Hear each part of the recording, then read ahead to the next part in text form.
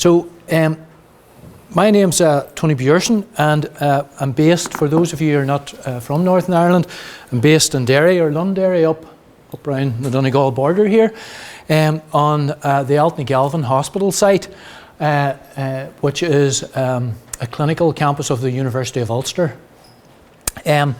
We work with many centres, both within the University of Ulster and with Queen's University in Belfast, on all aspects that would impact on personalised medicine, from data analytics to clinical research to patient recruitment. And I hope to give you an overview of some examples of what we do in relation to that. Everybody, as Janice has said and Ian have said, have got their different definitions of personalised medicine. I like this one from the Pharmacogenomics Network, primarily because it included social and environmental features that should be incorporated into personalised medicine.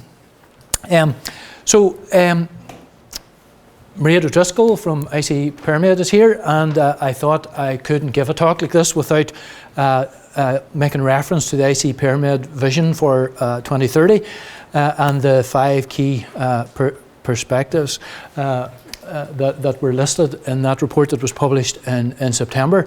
And just reading through that document, I think right across Northern Ireland we're impacting on all of these key issues. The first being an empowered, engaged citizen, engaged, empowered health providers, acting to promote, prevent, better diagnose or better treat conditions, and optimising care for prevention and future research, and doing so in an economically responsible way that ensures good value for money for our citizens. The context of all of that also is against a background where we've got an increasingly ageing population. By 2060, it's estimated that over 65s may account for about 30% of the population. And that's also against a background where the elderly or the aged, certainly over 60, over 65, are the largest consumers of prescription medication. So, for example, you can see in the slides here that 50% of over 65s are on 5 or more medications. And so you could be facing a scenario whereby 30% of the population could be on 5 or more medications.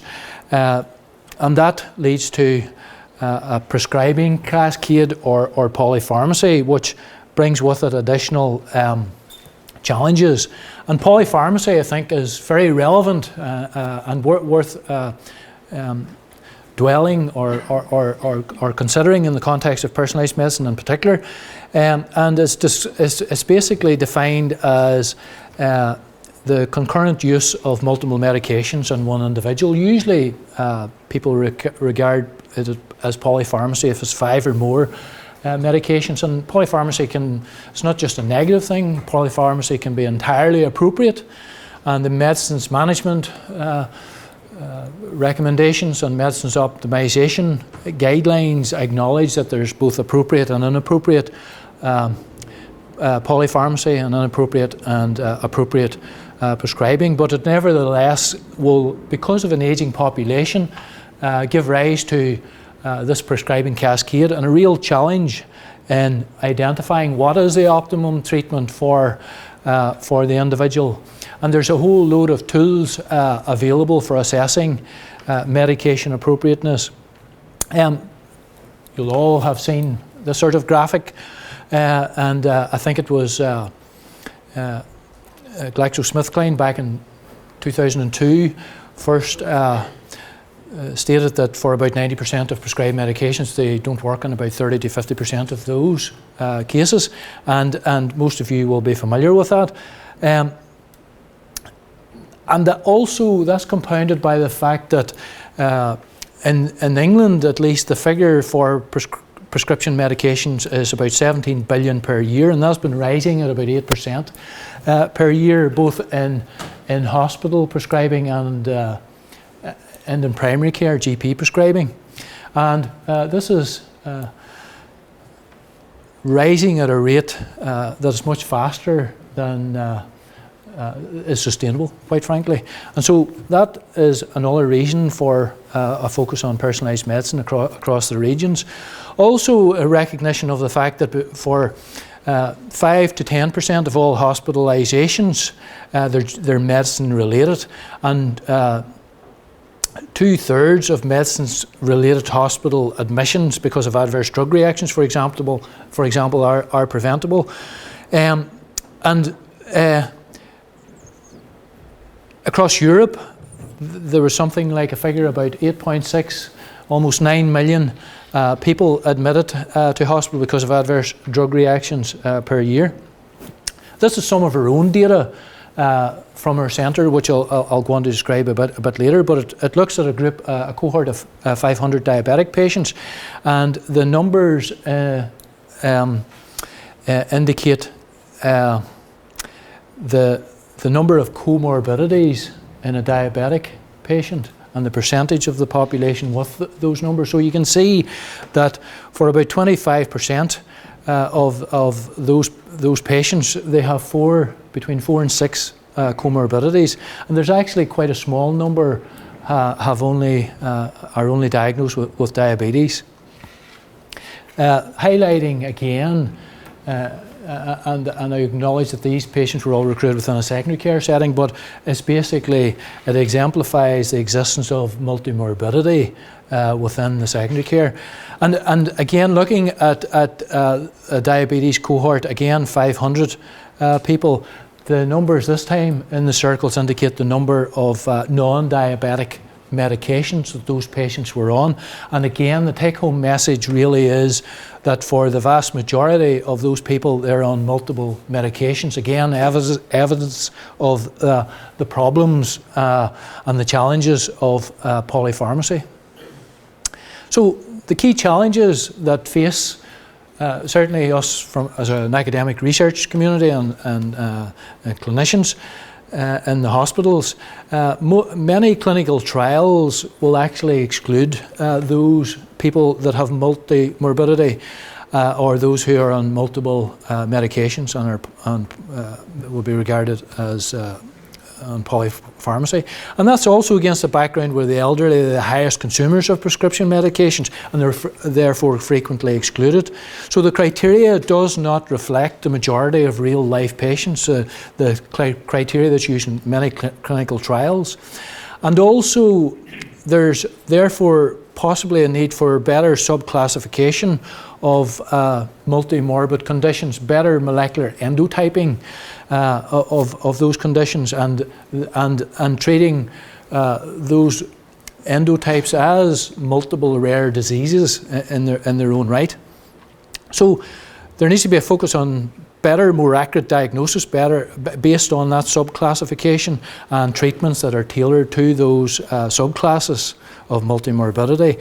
And another major challenge, which you will all be familiar with, is the need to continuously address the problem of education and personalised medicine in relation to the clinical workforce and also to the public in general.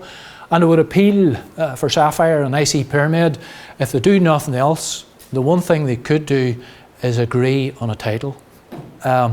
I remember a couple of years ago being over at the MRC workshop to develop a roadmap for personalised medicine in London with the late Tony Bjourson, and it was a stratified medicine event. So there's stratified medicine, personalised medicine, precision medicine, and clinicians are confused and the public are even more confused. So if nothing else, it would be great if we could agree on a title.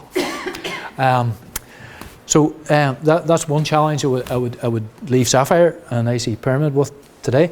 So why do people respond differently to medications? And there's a whole load of reasons. I'm a molecular biologist, and it's only natural that I'll focus on the molecular aspects, but there's a whole load of reasons why people respond differently to particular medications, be it circadian rhythms, the time of the day that somebody takes a medication may affect the activation of cytochrome P450 enzymes in the liver, for example, that are involved in metabolizing or activating a drug.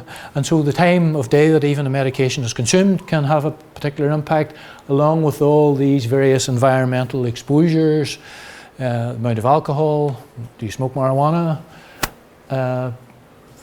liver function, kidney function, etc. So the take-home message is there's an awful lot of data that's required to be captured if you're to conduct detailed research on personalised medicine, where you're attempting to correlate carriership of a particular gene with some of these characteristics. But there's a whole lot of other reasons that you really must consider if you're trying to develop a clinical decision tool for personalised medicine. And they're a lot simpler than looking at somebody's genome. For example, incorrect diagnosis. I've already alluded to the fact that there's a need for better subclassification and endotyping. Patient compliance is a major challenge. Lack of adherence to a dosing regime, and even so you can conduct stratification within each of these categories and ask why do some people, what dictates whether a patient is compliant or non-compliant in relation to medication. It could be they just don't like it, they don't like taking the medication. It could be they have a bad reaction to it. It could be it interferes with their lifestyles. The label says don't drink. So they don't take the medication. So compliance is a major consideration in terms of response and non-response to medications. Errors, again, misreading a prescription or administering a drug incorrectly.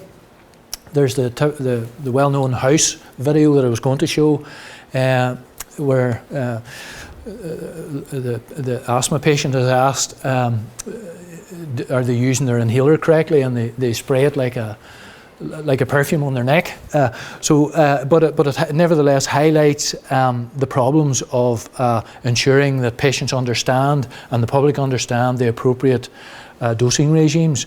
Also, interference from foods or supplements. Again, in the medicine management or medicines optimisation review, chemists or pharmacies in Northern Ireland and in the UK get about £28 for doing a medication review. And I think they're capped at about 400 medication reviews per year. And there's a whole, there's NICE guidelines, and there's Pharmaceutical Society of Great Britain guidelines and so on in relation to how to conduct medication reviews, such as, in fact, some pioneering work carried out at the University of Cork by a group there. The stop-start criteria is very widely used for medication appropriateness reviews, the stop-start criteria. There's also in the US and other places like the Beers criteria.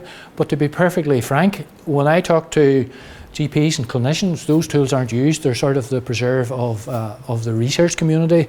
And look forward to hearing the talk later on from personalised medicine in a pharmaceutical setting. So drug-drug interactions and carrying out medication appropriateness index assessments. In the era of polypharmacy and genomic medicine, how is that possible? It's extremely difficult for anybody to realistically do that based on the information available. And the bit that we, or as molecular biologists, we would normally focus on is this one in red, how carriership of particular variant genes can impact on metabolism, the pharmacokinetics or pharmacodynamics, how we absorb, metabolize and excrete medications, and whether or not we're fast, moderate or slow metabolizers can impact how we respond.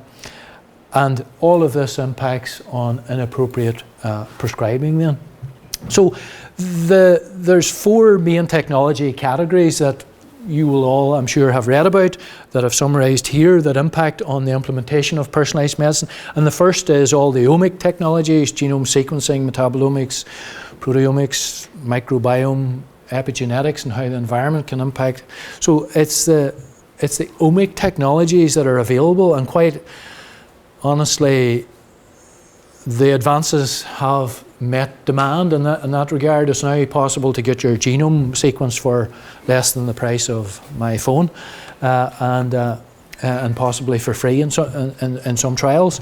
Then there's the personalised therapeutic interventions, and I would regard these as separate from, so the molecular characterisation of individuals, sequencing genomes, etc., that will be done in parallel with partner medications or pharmaceuticals. So you will have partner drugs and partner diagnostics. The personal therapeutic interventions, what I'm referring to here is stem cell therapy, CRISPR genome editing, for example, robotics, and so on. So it's the personalised therapeutic interventions beyond genome sequencing and the normal prescription of pharmaceutical medications.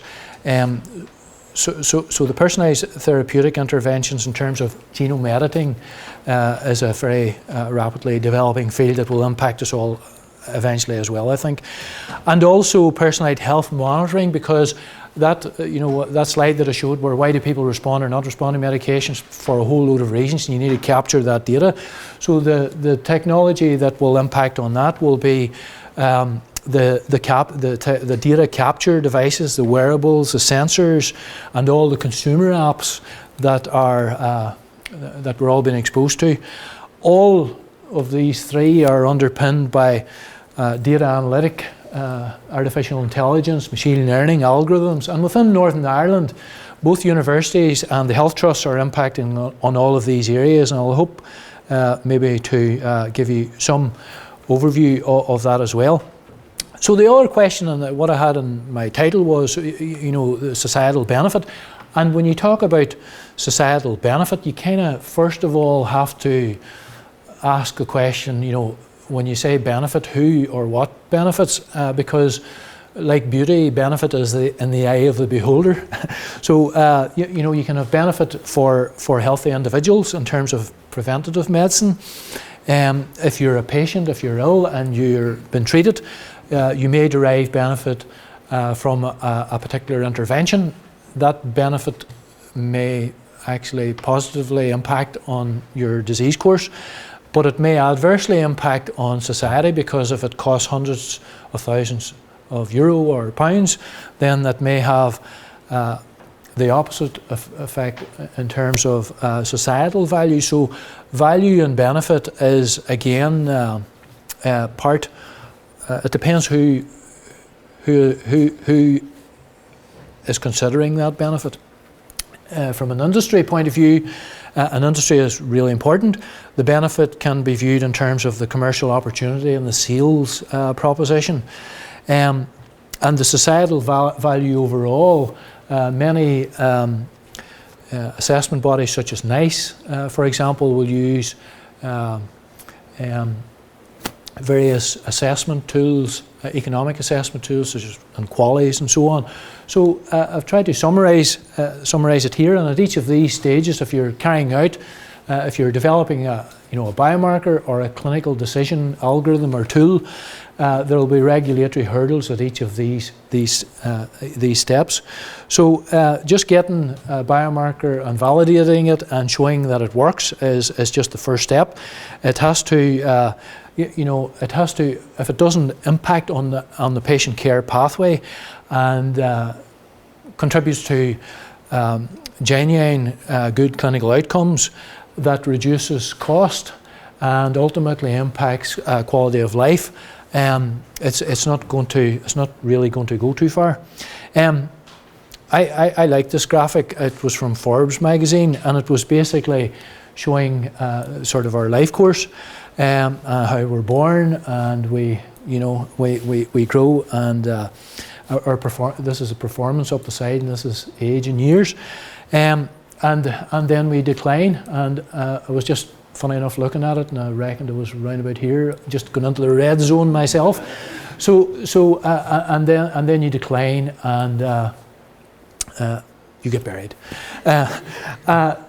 The preventative medicine promise of personalised medicine would aim to put people on this path and hopefully delay or avoid some illness or at least delay those that ultimately kill us, and push the area under the curve.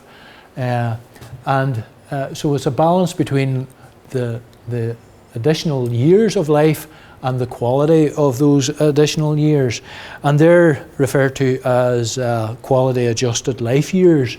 So for example, this could be the quality, so up here is your quality of life score, and these are the additional life years.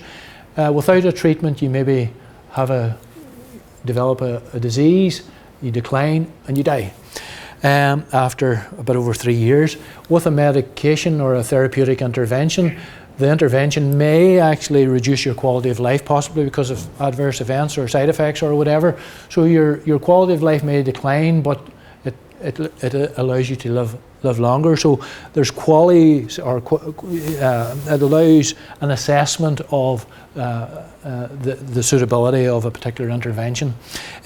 Ideally, the intervention, when you have no treatment, will mean that life is extended, but also the quality of that extended life is also good. So what we all want is to live well for longer. We all, everybody wants to go to heaven, but nobody wants to die. You've got to die sometime. So you want to live longer with the highest quality of life as possible. And so now what I'd like to do is get into maybe what Ian and Janice were referring to as some of the infrastructure in Northern Ireland, both from university, industry, and trust perspective. And again, the market, for precision medicine was assessed, and we have recently established a body to coordinate precision medicine and life and health sciences, and generally in Northern Ireland known as the Health Innovation Research Alliance, HIRANI. It's not it sounds like a strange species of giraffe, that acronym, so I suppose it's easy to remember in that regard. But that is the body that will act as a sort of a gateway, if you like, for those companies or researchers coming into Northern Ireland, that can act as a signpost to the various universities, etc. So basically, the market for precision medicine in 2016 was estimated globally to be about 31 billion, and with by 2025 it's going to grow to 120 million, and the Northern Ireland market is worth about 0.8 billion, and that's accounted for in large part by Almac, Randox, and Norbrook. Now, Norbrook are not a precision medicine company, but Almac, Randox, and Norbrook account for a large proportion of that. So life and health science is critically important to all aspects. I'm going to do a quick overview of this. I put this together, and you probably can't even read it, but what I wanted to do was to try and capture the sort of infrastructure in Northern Ireland, and Ian produced a much clearer slide on that. But essentially, there's two universities in Northern Ireland, Queen's University and the University of Ulster, and the funding comes from EU, various research councils, and Invest Northern Ireland, and private company investment, and also from the HSE R&D office. And we, I would acknowledge again, because I'm coming back looking for more money, I would really acknowledge the support from the R&D office, from Ian and Janice. Thank you very much again.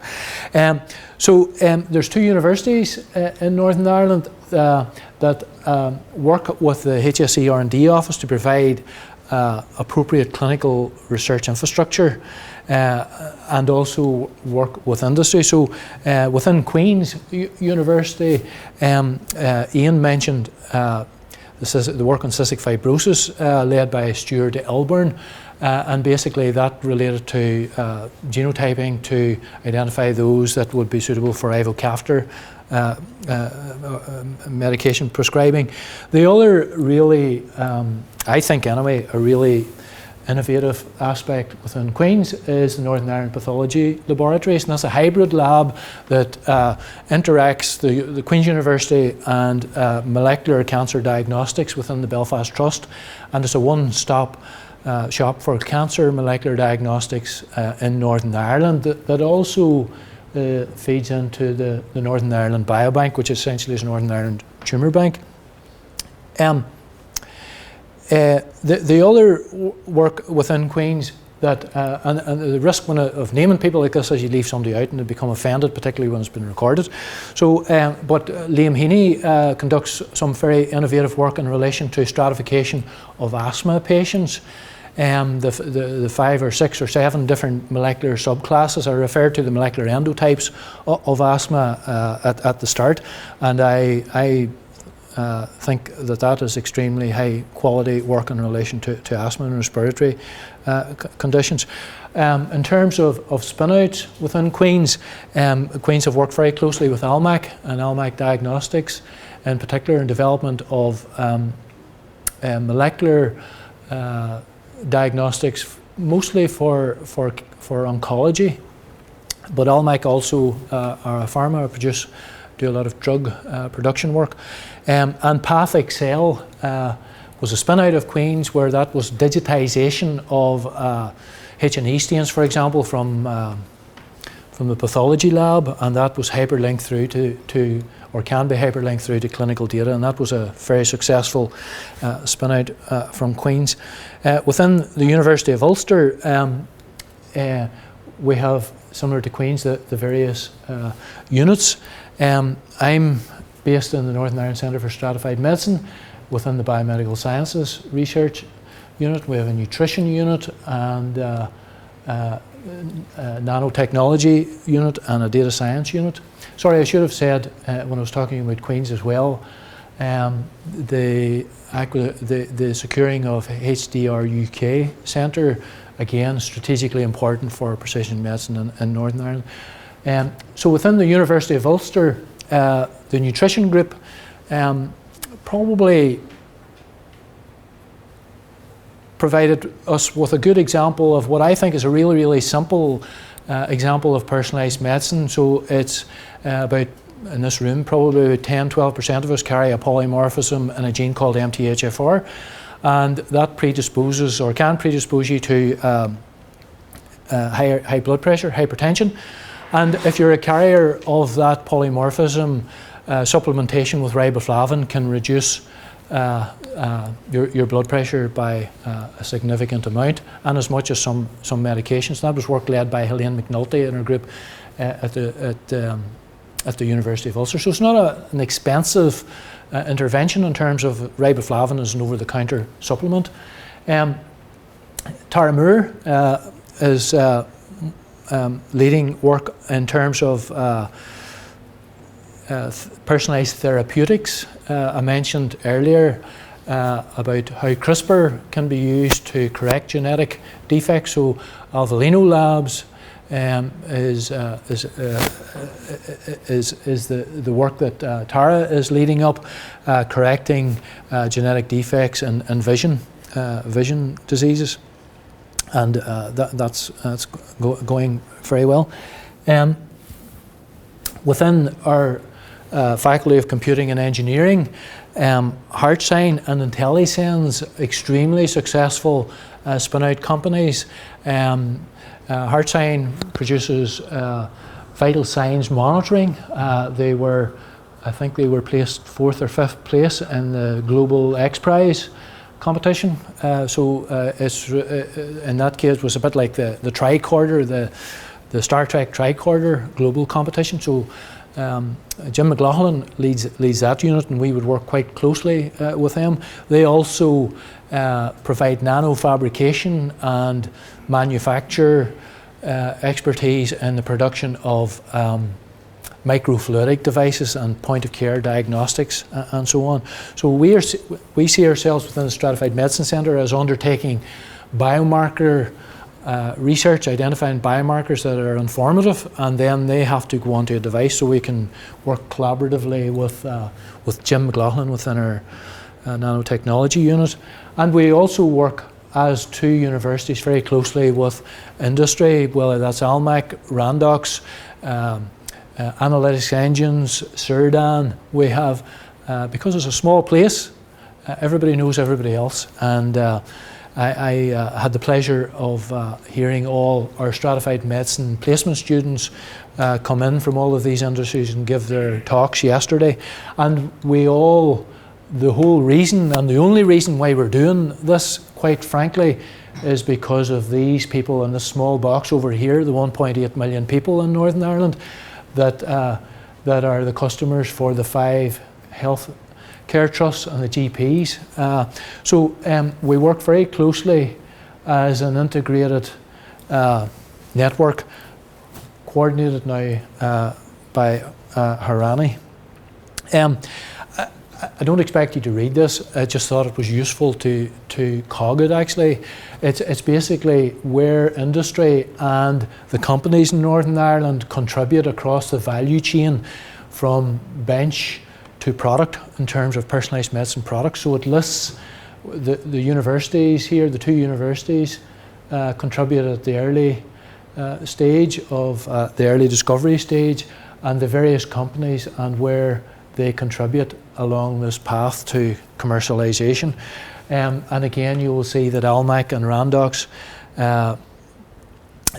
are key players in that, but also Cerdan, SIGA, Fortress Diagnostics, and so on. So you hopefully will have access to that information, and it maybe will help you locate potential partner companies should you be looking in Northern Ireland. So now what I'd like to do is get on to what we do in our Northern Ireland Centre for Stratified Medicine that's based in the Elton Galvin Hospital site. And it's worth mentioning maybe, or spend a wee bit of time describing what the SAPHIRE company partnership model is. And it was born of the recognition about 10 years ago that if you really want to make things happen in the space of personalised medicine or life sciences in general, you need a good working partnership between academic researchers, businesses and clinicians. And in fact, SAPHIRE was initially called ABC Limited. And this was set up as a partnership company, for-profit company where the profits are reinvested. And it's owned by the University of Ulster, by Derry City Council, and by the Western Health and Social Care Trust as equal shareholders. And so the company has, it looks like it's 4 equally split business models. They aren't equally split, they're of different sizes. So all trusts in Northern Ireland undertake contract research. So most of the contract research within the Western Health and Social Care Trust is administered through the R&D office there, which is the NHS, Western Health and Social Care Trust, that would report through to Ian and Janice, and also hosts the clinical research network there of nurses. So within Northern Ireland, there's a great research nurse network that serves the various, paediatrics, cardiology, diabetes, cancer, and so on. So there's a very, very good cancer paediatrics cardiology nurse network that contribute to clinical research studies across Northern Ireland, and these can be costed into studies, and that's they report through the trust through to the HSC R&D office. We also provide bioincubation for our students, our staff, or people who have good ideas, who want to develop products. And in 10 years, we've probably hosted about 18 startups, 12 of which went on to trade, and 9 or 10 of which are still Invest Northern Ireland client companies. So we provide bioincubation for those startups, but also act as a soft landing zone for major multinationals coming into the country. For example, Nova Biomedica comes in from Boston. They don't have to go looking for premises here when they want to do trials and FDA approvals here. They can come to us and we provide them with serviced laboratory space and serviced office space, and they have been coming back for the last 10 years doing trials with us. We also have a very large collaboration with Genomics Medicine Ireland, which they're a partly state-owned, partly privately owned genomics medicine company in the Republic of Ireland. We have 2 collaborations with them. One is a contract research where we contract or we recruit patients across a range of disease areas on a fee-for-service basis in Northern Ireland, across all the trust regions. And we also have a separate collaborative research agreement with them. But the objective of that GMI project is to recruit up to 10% of the population for whole genome sequencing. I personally think it's an unprecedented, really exciting initiative, both for the Republic of Ireland and Northern Ireland. We see it as us bringing money from the Republic of Ireland into Northern Ireland, and we're creating jobs in the Northwest region and in Northern Ireland generally. The clinical trials within SAPHIRE acts as the gateway for clinical trials coming into Northern Ireland. And the one thing that it was missing was an academic department. So in 2012, I wrote a grant to create a new academic department, a personalised medicine. I called it a personalised medicine centre. I was told at the time, Tony, in the UK, it's called stratified medicine. You need to get with the programme, change the name. So I changed the name, and now people are telling me, Tony, stratified medicine isn't really known. You need to change it to personalised medicine. So anyway, that's an overview of SAPHIRE. This is the team that I recruited back in 2013, or some of the team. So my model was not to recruit sort of big names or big hitters who, once they're appointed, to say, actually we need 3 more people to do our work for us. What I tried to do was to recruit people, scientists of exceptional promise or exceptional talent. And I think we've achieved in doing that. And basically, these weren't people who were there to do a whole pile of work for me. I planned to recruit them so that they were destined to become leaders in their own right. And in fact, over the last 3 or 4 years, it's clear that they are. Stephanie, for example, came from CNSR in Paris, working on motor neuron disease. And within 2.5 years, she's built a team of 10 people.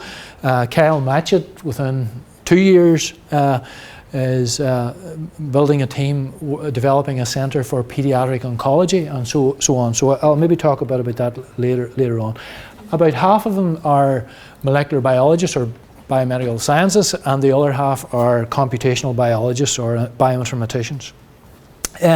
So what have we done?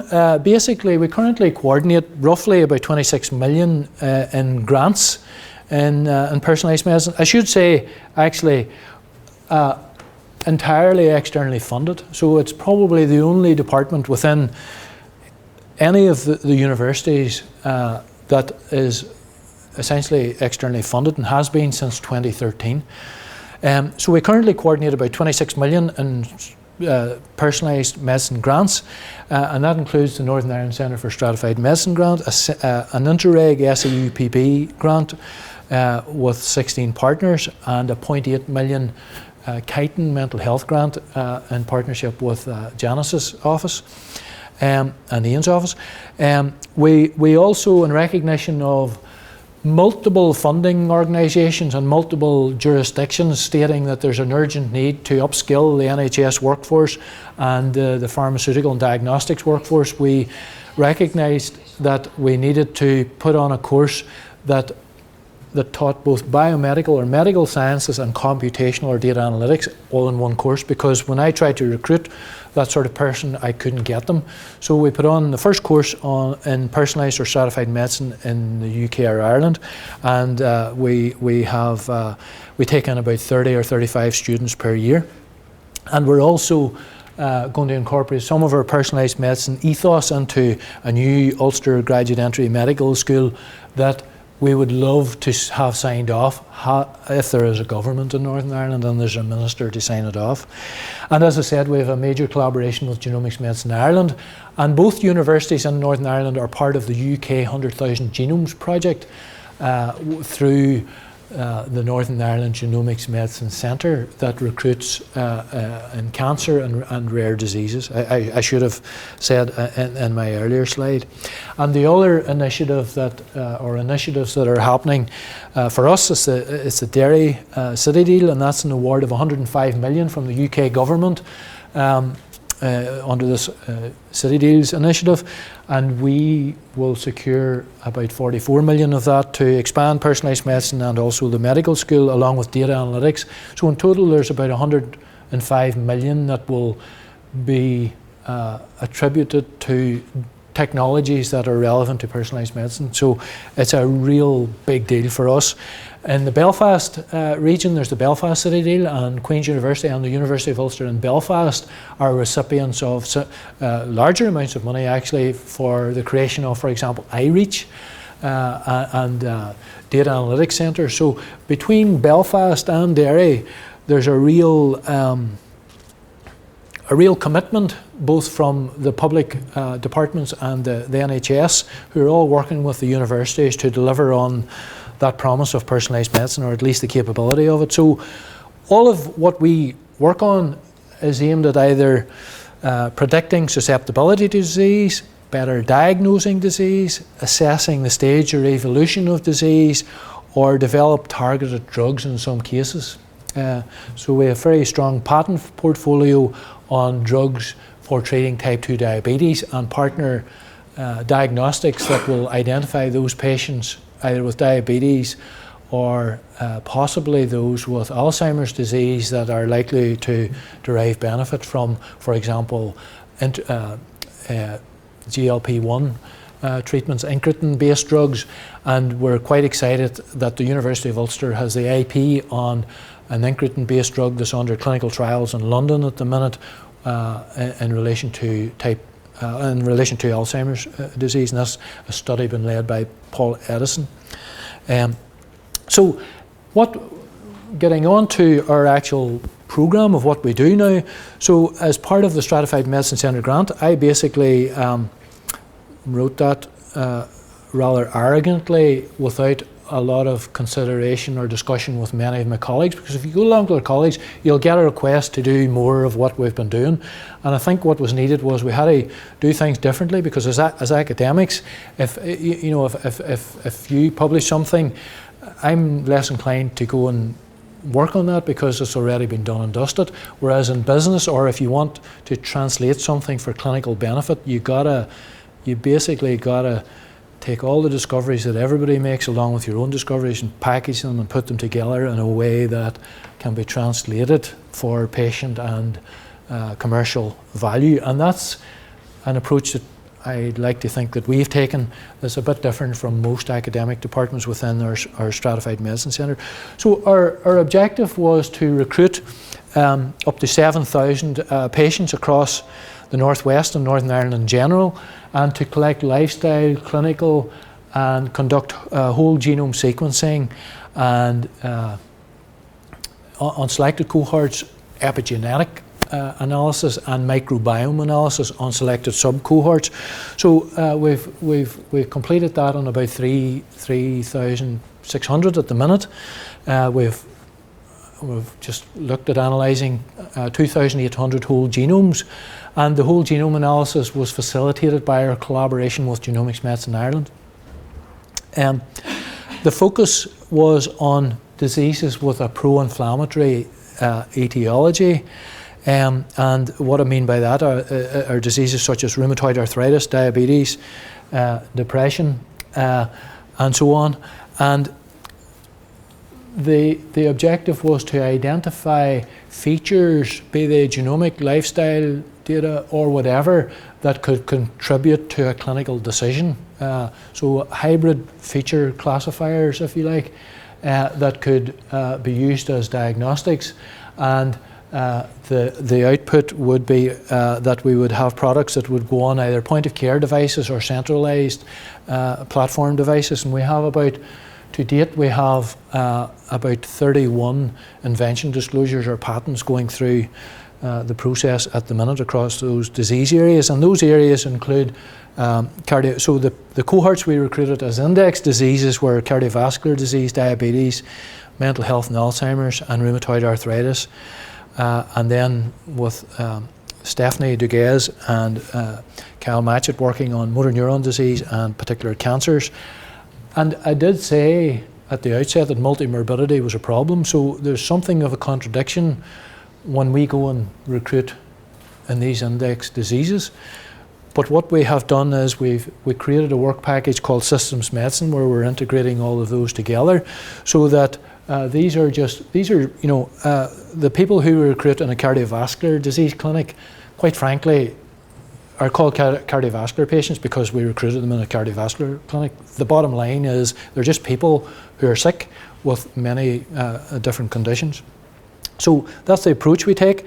Our Interreg funded programme is aimed at driving those technologies into hospitals, and so we have clinicians leading all of these programmes in the second round of funding with these 16 partners. And